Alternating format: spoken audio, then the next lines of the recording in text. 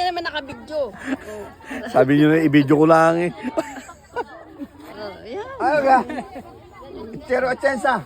Si Yorme pala ikaw. Si Yorme. Ito si Mayor Atienza. Mayor ng Manila. Mayor ng Manila. Yan. Mamimitas muna ako ng kuha, ng cherry. Kasi matamis yan, matamis. Matamis. Kasi yung nasa opisina, masyado ng over-ripe siya. Kasi mapulan at malambot. Ari, crunchy pa, crunchy. Dapat yung mga medyo pulang-pula. Yan, para magandang pitasin. Yan. Tingnan naman po ang mga cherry din. Oh. Yan, ang ganda. Grabe, oh. Grabe. Ngayon lang po ako nakapag-cherry picking.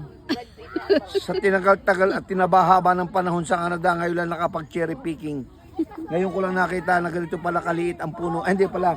Malaki ang puno, maliit ang bunga. Yan. Grabe, oh. Tama naman, pwede sa isang kuhanin mo na lahat siya.